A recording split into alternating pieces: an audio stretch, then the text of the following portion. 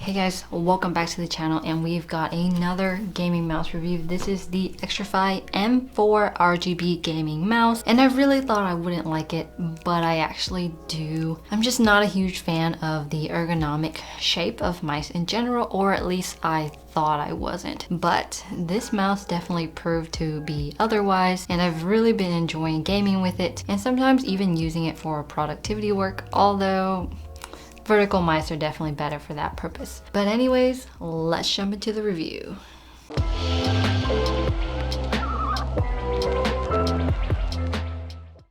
Hey guys, this is Betty from Switch and Click, and we've got the Xtrfy M4 gaming mouse today. I've been using it for about a week and a half now, pretty consistently while gaming. And for those of you who don't know, I play a MOBA called Heroes of the Storm primarily, and then some Call of Duty on the side, but Call of Duty is a bit stressful, so I've sort of been avoiding it lately. So it's mostly Heroes of the Storm for now. But let's jump into what's in the box first, and then talk about everything after. So the box itself is relatively small. It does have a ton of information on it though, so if you're looking and wondering what are the measurements of the mouse, everything's on the box. In addition to that, it does have some RGB lighting, and we'll talk about how to cycle through those effects soon enough. This mouse comes with 2 keycaps for your mechanical keyboard, and I guess they're just assuming that you use a mechanical keyboard, because if you didn't have one, that would be sort of awkward. But one is a gray one that says GG, and the other is a black one that says Xtrfy. They're both double shot ABS, and they have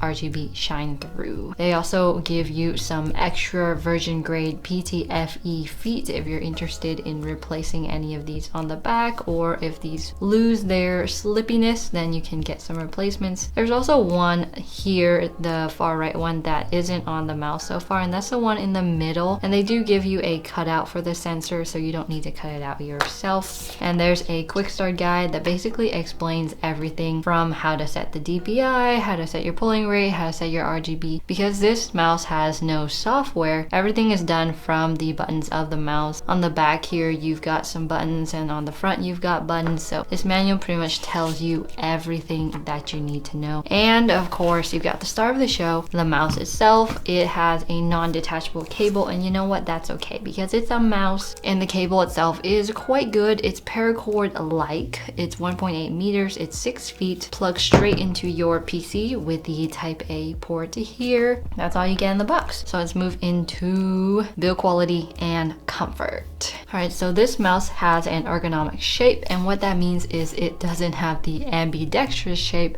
which means it's built specifically for a certain kind of handed player, and this mouse specifically is for the right-handed person. What I find to be difficult about ergonomic mice is that they force me into a palm grip rather than a fingertip, which is my preferred grip for playing games. But that's okay because the palm is quite comfortable with this. It puts the thumb right in the perfect placement. The 2 side buttons are really easy to access, and the scroll wheel is easy as well. So overall, this whole mouse is quite comfortable. As for build quality, it's fairly well built. There's no creaking or flexing of the plastic despite it having that honeycomb pattern. I say honeycomb, but all of the holes here are actually circular shaped rather than hexagonal shaped, so it's just a little bit different. There's some half circles here and there. It's a different look to the typical honeycomb pattern with all of its hexagons, and I gotta say I like it a little bit better. The plastic here is definitely thicker than other ultra lightweight mice that I've used, and there's really no flexing, not even on the bottom. It's a very well built mouse. As for the measurements, you do have everything that it says on the back of the box, and I have confirmed it with my micrometer and my scale. The mouse itself without the wire weighs about 70 grams. With everything included, including the wire, it is about 109 grams, but you know, you're not going to be moving the entire wire across your desk as you're gaming. The wire is super lightweight, so you don't really need a mouse bungee. You could use one if you want to just organize your desk a little bit more, but personally I've had no need to use that. As for the measurements, the smallest portion from the side to side is about 60 millimeters. The widest portion is 68 millimeters, and that's somewhere closer to the bottom end of the mouse. The height is 39 millimeters at the very top hump here,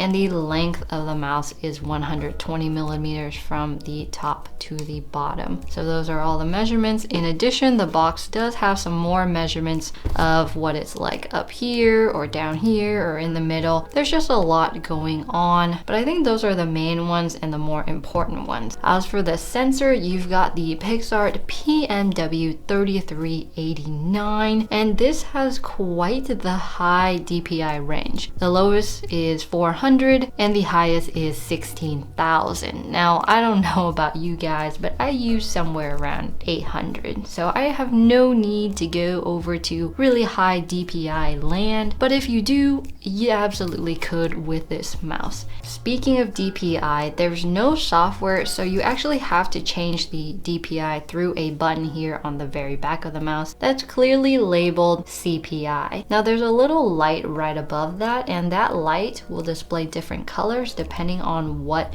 your DPI setting is. And if you're curious, all of that is in the manual. I use 800, so my light blinks yellow whenever my mouse is on. There are 8 different DPI steps. The lowest is 400, like I said. Then you have 800, 1200, 1600, 3200, 4000, 7200, then 16,000. So after a certain point, there's not a lot of stepping all the way up to 16,000. As for polling rate, there's also another button back here that you can slide back and forth to change the polling rate between its 3 levels. The first one is 125 Hertz, second one is 500 Hertz, and then the max is 1000 Hertz, which is typical of most gaming mice. At the back here, you've got your 4 version grade PTFE feet, and it's very slippy, feels very nice gaming on it. I use a cloth desk mat, so nothing too fancy when it comes to the mouse pad world here. Hoping to try some more gaming mouse pads in the future, and maybe that'll make a big difference, who knows. That's it for the back. On the side here, you do have your 2 side buttons. I'm not sure what they do in games, but when you're browsing, one's for going back and one's for going forward. Again, there's no software, so none of these buttons are programmable in any way. You got your left and right buttons, and I believe they're OMROM 20M switches under there. They're pretty quiet, perfect for use anywhere pretty much. And you do have RGB along the side, and the RGB also is not programmable, so there are presets that you can change using the different things in the manual. But this middle button here, which typically is a DPI button, is used to cycle between the different RGB effects that are preset on this mouse. And then while holding other patterns, for example, if you hold the middle button and you press the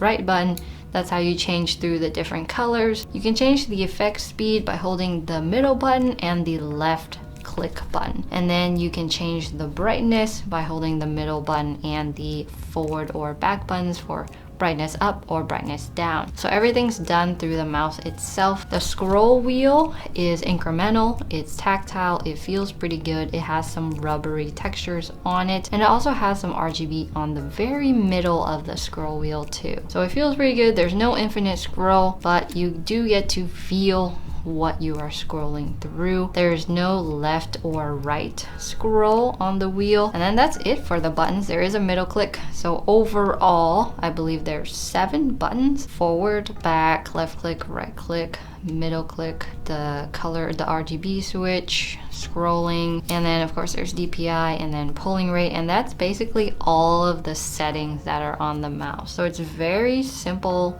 It's pretty much designed for gaming. However, it would have been nice to see some kind of software where you just had an interface on your screen and maybe a button remapping or macro creation kind of part to the software as well.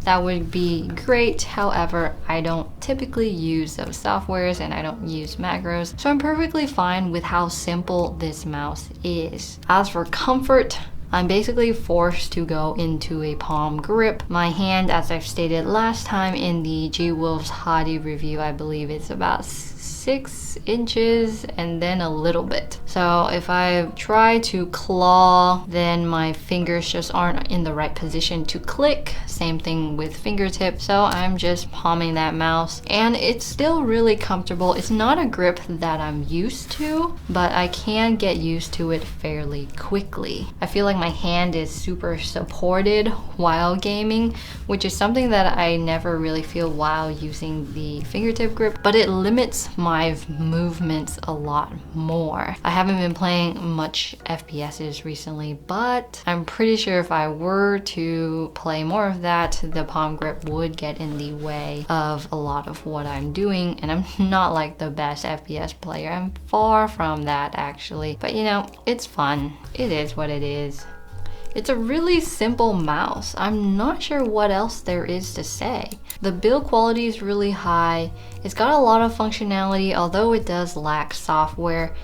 And everything is pretty up to standard. Lightweight enough where I didn't really have a hard time transitioning to it from my G-Wolf's Hottie, which does weigh a little bit less. It's lightweight, it feels good, it does have a hollow body, and that does contribute to its lightweightness. But overall, it's a mouse that I can recommend if you like using an ergonomic shaped mouse, if you're right-handed, if you don't need the software or the macros, and you're just a simple, I'm gonna plug and play and have a high quality mouse with a nice sensor and standard polling rate, and it feels really comfortable, then I would recommend that you pick it up and try it out. I have small hands, but if you have larger hands, then you can pretty much use any grip that you are comfortable with using this mouse. We're gonna go through the sound test right now to hear all the sounds of every individual button, as well as what it sounds like gliding on a cloth desk mat. Then we'll hit up the different RGB effects, turn up the brightness, turn down the brightness, cycle through the colors, all that stuff. Let's go.